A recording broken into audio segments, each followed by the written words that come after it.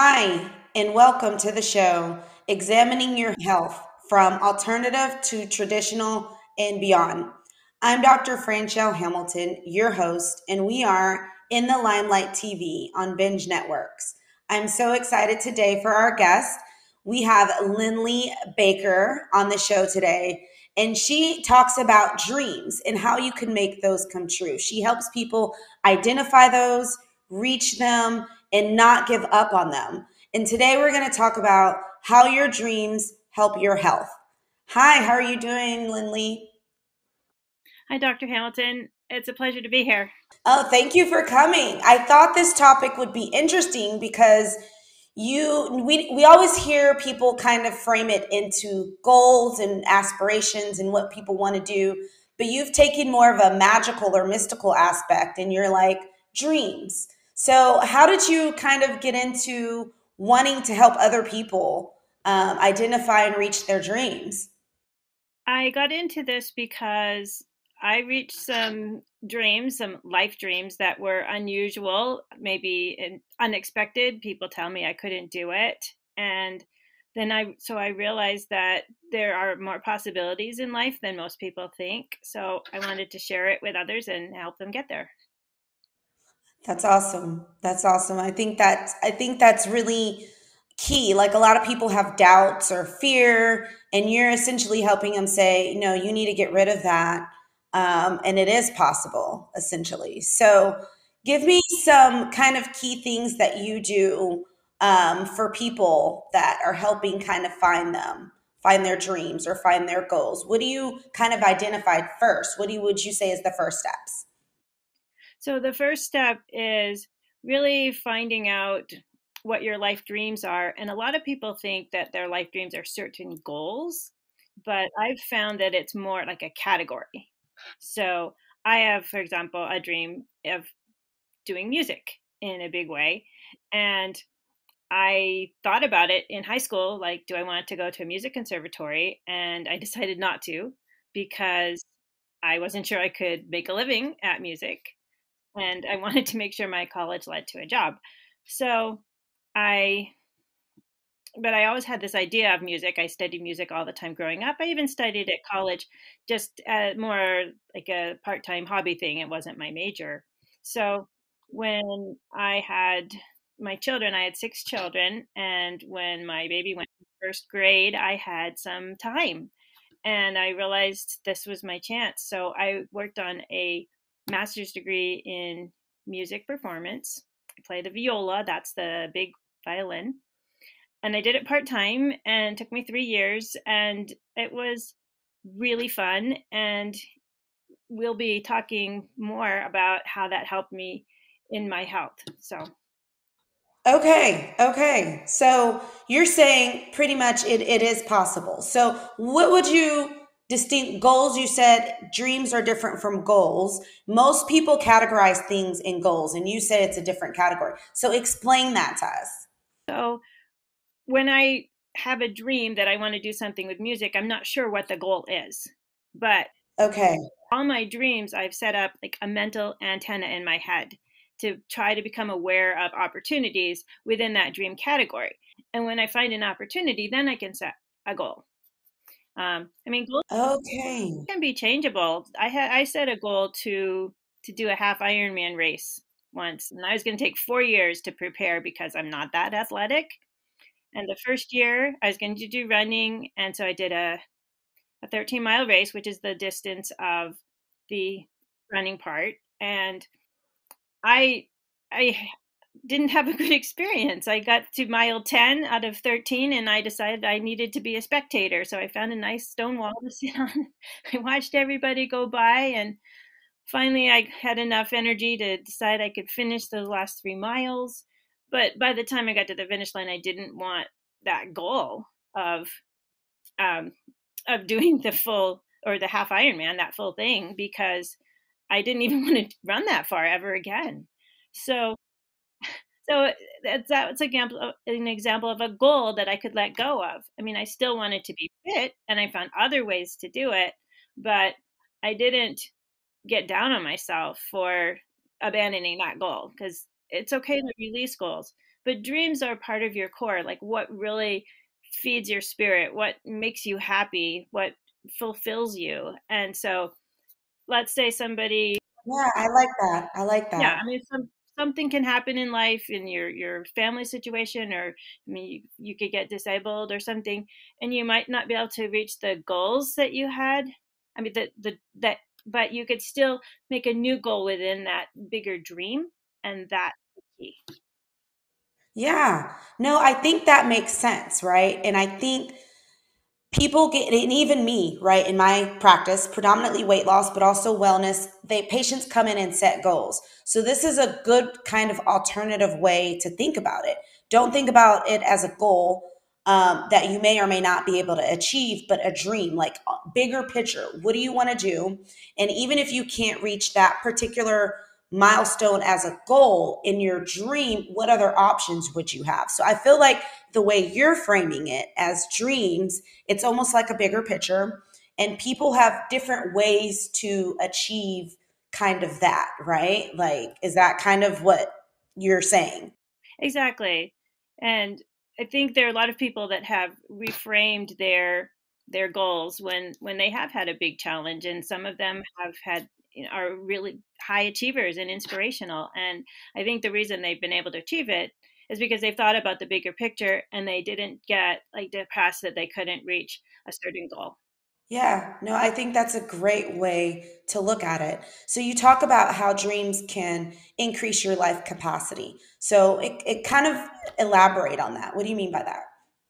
Well, that's what I found when I was working on my master's degree. So you can imagine, with six children ages 6 to 16, it was a very busy life. And, my life was full, or more than full. I never got enough sleep, but I was always, close. And, but I thought, well, I have this time during the day when all the kids are at school now, and I've always wanted to do something with music. So maybe I can figure out a way to fit it in. So I started part time. I would just take one or two classes a semester. And what I found was it really fed my soul. So when I was at school or studying or playing in the orchestra with other grown-ups who also loved music and were good at music, I just felt so good inside. And then when I came home and I was back to the busyness of all the children and all the concerns about raising them the right way and helping them through their challenges, I've had more capacity to deal with that. A lot of it was mental, but some of it was physical because it energized me. Yeah. Okay. So that makes sense. No, that's great because I talk a lot about self care, and it sounds like doing things actively within your dreams can almost activate you, almost like it's like self care, like it's taking care of you. And then because you're taking care of you, you become a better person. Like for you, maybe you were physically more energized to stay in shape or stay fit or run around with the kids or whatever else you had to do. And then you're also saying because of that, mentally, it helped you. So I know a lot of people, a lot of moms, and I totally understand where you're coming from. We have several kids also where you can be mentally drained, right? But if you find something that you're passionate about or you love, in doing that, that can energize you essentially and help Yeah. you. Yes, and people think, well, their lives are full with all their caring for others, and that they don't have time, and that can be true, but I found that when I squeezed in a little time for myself, for my dream, that it actually made my whole life better. Okay.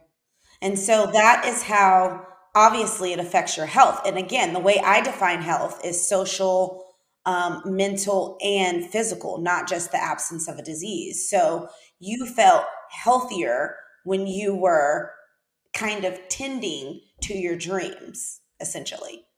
Yeah. Yeah. No, I like it. I like to look at it that way. And I don't think this is an interesting topic because I don't think a lot of people look at it like that. A lot of people look at I have a goal. I want to do this or that.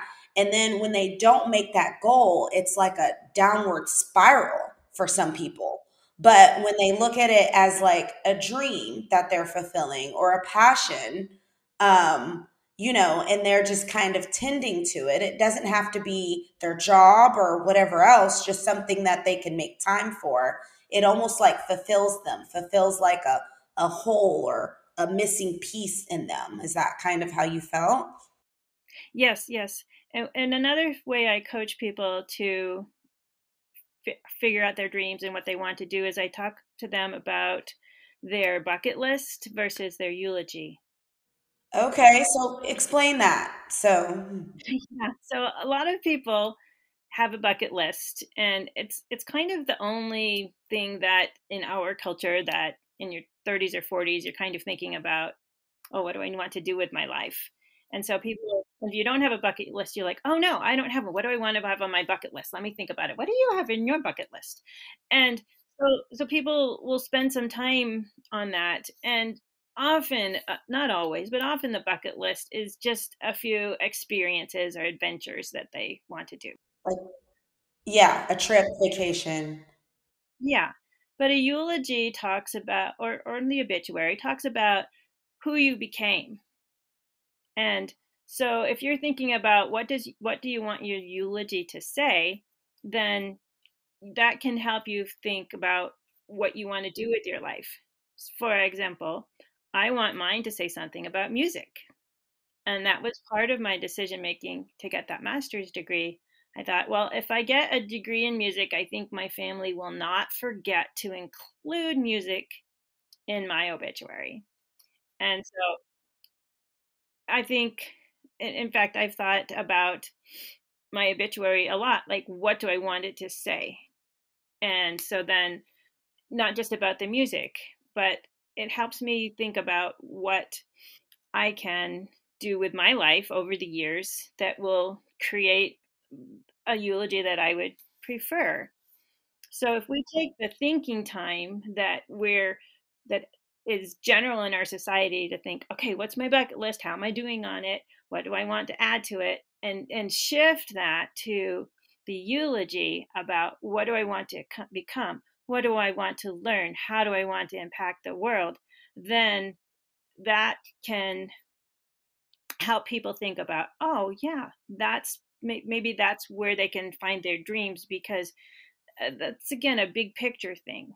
Like looking back at your whole life, I mean, not yet, but what it will be by the time you finish it, if you live, a normal 80 years or so. um, if you think about that, like, and you want to look back from there, what do you want it to say? Then you can identify what your dreams are, what you'd really like to do.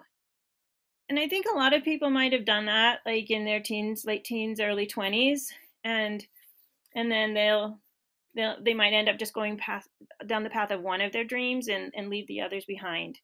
But I've achieved dreams in three areas, and I've found that to be fulfilling, and that other people can also do more than one area. Yeah, no, I like that idea. So essentially, it's talking about how do I want to be remembered? What do I want to be remembered by? Almost like leaving a legacy, not just kind of, leaving, but what am I going to leave behind and how people are going to remember me? And it's interesting because you're right. A lot of people don't think like that. So many people get so caught up on, especially in my field, the weight they want to be or the number they want to, like, kind of some more minutia stuff that may in the big picture may not make a difference, versus you're saying what kind of person do I want to be remembered by? You know what I'm saying? When I leave, what are they going to say about me? And I think that's a really good tip when you say, okay, identify your dreams, right? Because people will have goals. I want to buy a house, I want to buy a car, I want to have 2.5, 2.5 kids, you know what I'm saying? Or whatever it is. But it kind of helps when you're like, okay, no, no, no, no.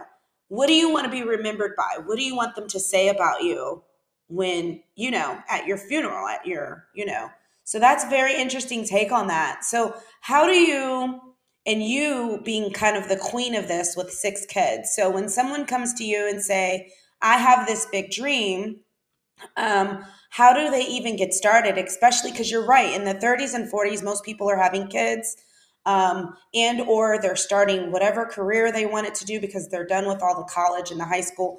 And so the focus becomes that, right? It becomes family. It just becomes, and a lot of us like leave ourselves out of it. And so we're not thinking about dreams or what we want to do anymore because, almost that's out of the picture. And so when people have a full list with kids, families, how do you suggest they even get started on working on that dream? Suggest that you set up that antenna for each one of your dreams. So I have 3 antennas. I have math, I have motherhood, and I have music. And so some in then I talk about balancing goals through life. Sometimes I'm focused more on one than an other. Like when I was in college and grad school, I was focused on math, and motherhood was just something that I kind of wanted in the future. And so I didn't forget about it, but I wasn't working on it every day. But then later, when I had my crop of kids, then that was my main focus because I wanted it to be. I fortunately didn't have to work full time to support them, so that was fulfilling in a way. But then I had my other 2 antennas that helped me with music and math. So when I had the opportunity to do the master's degree in music, I did that. But the thing that's been helpful in math is I had a career, I got a doctorate level certification in applied math. It's called an actuary. And I loved the work and I wanted to go back, but I wanted to raise my own kids. So I had that little antenna up. And when I was living in China, in Shanghai, Oh my gosh.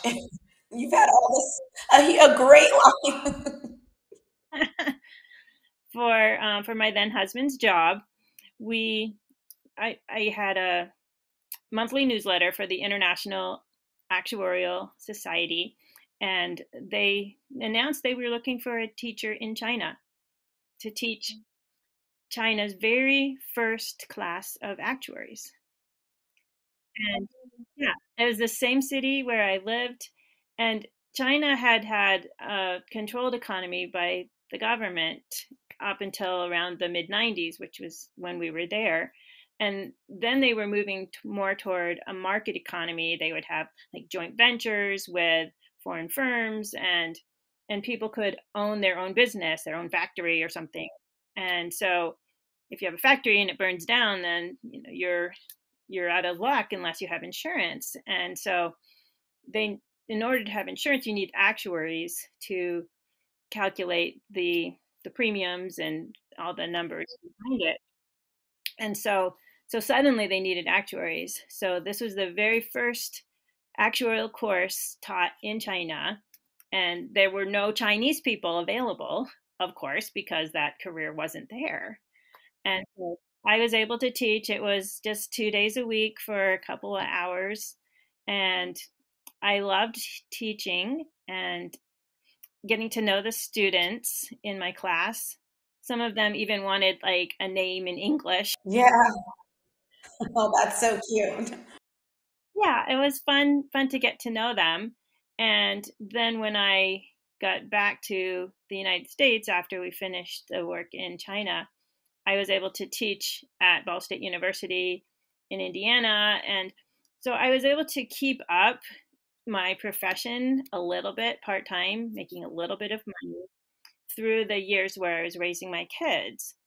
And I also volunteered with the Society of Actuaries, helping them create exams and educational material for future actuaries. So when I was ready to go back to work, when I had only one child left at home, I had these 19 years of experiences to put on my resume saying, I kept current in this way. I mean, it's not 100% like you were working No, but it's a lot of experience. Yeah. But it was, if and then if I hadn't done that, I would not have been able to get back, because that was really key in my interview that got me my job back in the profession.